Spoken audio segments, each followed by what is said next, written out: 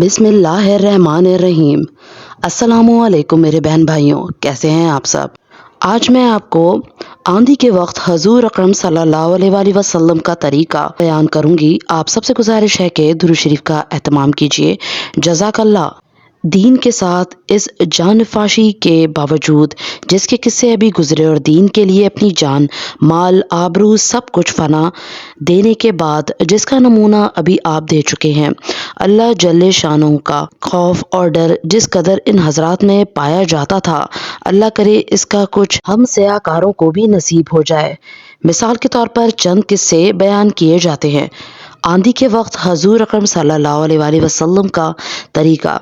हज़रत आयशा सिद्दीक़ा रज़ी अल्लाह ताला अन्हा फरमाती हैं कि जब अबर आंधी वगैरह होती थी तो हजूर अक़दस सल्लल्लाहु अलैहि वसल्लम के चेहरे अनवर पर उसका असर ज़ाहिर होता था और चेहरे का रंग फ़क हो जाता था और खौफ की वजह से कभी अंदर तशरीफ़ ले जाते, कभी बाहर तशरीफ़ लाते और ये दुआ पढ़ते रहते, अल्लाहुम्मा इन्नी अस्अलुका गैरा हा वगैरा माफ़ीहा वगैरा मा उरसिलत बिही व औज़ु बिका मिन शर्रिहा व शर्रि मा फ़ीहा व शर्रि मा उरसिलत बिही।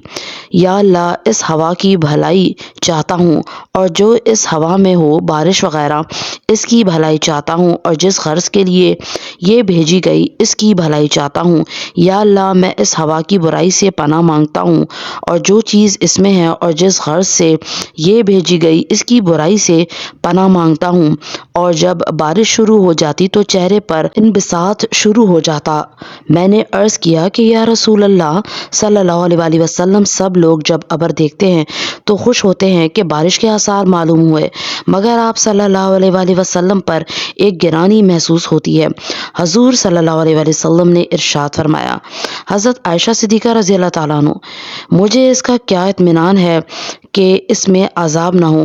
कौम आद को हवा के साथ ही अजाब दिया गया और वो अबर को देखकर खुश हुए थे कि इस अबर में हमारे लिए पानी बरसाया जाएगा, हालांकि इसमें अजाब था। दरमंशूर अल्लाह जल्ले शानू का इरशाद है। तर्जुमा, इन लोगों ने यानी कौम आद ने जब इस बादल को अपनी वादियों के मुकाबिल आते देखा तो कहने लगे, ये बादल तो हम पर बारिश बरसाने वाला है।